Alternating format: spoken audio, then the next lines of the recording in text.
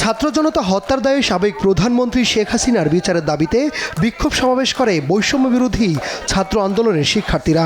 সোমবার বিকেলে ঢাকা বিশ্ববিদ্যালয়ের বিভিন্ন হল থেকে মিছিল নিয়ে রাজু ভাস্কর্যের পাদদেশে জড়ো হন তারা। ছাত্র সমাবেশে ছাত্র জনতা হত্যার অভিযোগে আন্তর্জাতিক অপরাধ ট্রাইব্যুনালে শেখ হাসিনা এবং তার সহযোগীদের বিরুদ্ধে মামলা করার দাবি জানান সমন্বয়করা। খুনি হাসিনাকে প্রধান আসামি করে এবং অন্যান্য যারা তার সহযোগী ছিল, এই ফ্যাসিজমের যারা ফুট সোলজার ছিল, তাদেরকে আসামি করে এই অন্তর্বর্তীকালীন সরকারের কাছে আমরা দাবি করছি খুনি হাসিনাকে আসামি করে আন্তর্জাতিক অপরাধ ট্রাইব্যুনালে মামলা দায়ের করতে হবে।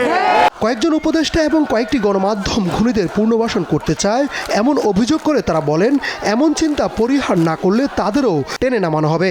আমরা সচেতন করে দিতে চাই উপদেষ্টাদের, আপনারা সচেতন হয়ে যান, আপনাদেরকে ছাত্র জনতা প্রতিহত করবে। সুতরাং খুনিদেরকে পুনর্বাসন করার কোনো ধরনের চিন্তা আপনারা করবেন না। আমরা দেখতে পাচ্ছি কিছু কিছু গণমাধ্যম খুনিদের পুনর্বাসনের ষড়যন্ত্র লিপ্ত হচ্ছে। আমরা আপনাদেরকে হুঁশিয়ার করে দিতে চাই, আমরা আপনাদেরকে আহ্বান করতে চাই, আপনারা জনতার কাতারে নেমে আসুন। প্রশাসনে থাকা স্বৈরাচার ও ফ্যাসিবাদের দোসররা অন্তর্বর্তীকালীন সরকারের বিরুদ্ধে কু করার চেষ্টা করছে বলেও অভিযোগ করেন সমন্বয়করা। আমরা দেখছি আমলাতন্ত্রের বিভিন্ন পর্যায়ে কিছু স্বৈরাচার আর ফ্যাসিবাদের হায়না এবং শকুনরা কু করার চিন্তা করছে। আমরা জানিয়ে দিতে চাই, বাংলাদেশের ছাত্র নাগরিক যখন এক হয়েছে তখন আপনাদের এসব কুকুরের মতো লেজ গুটিয়ে পালাবে। আওয়ামী সন্ত্রাসীরা অপকর্ম করছে দাবি করে ছাত্র সমাজ শক্ত হাতে তা দমন করবে বলেও হুঁশিয়ারি দেন তারা।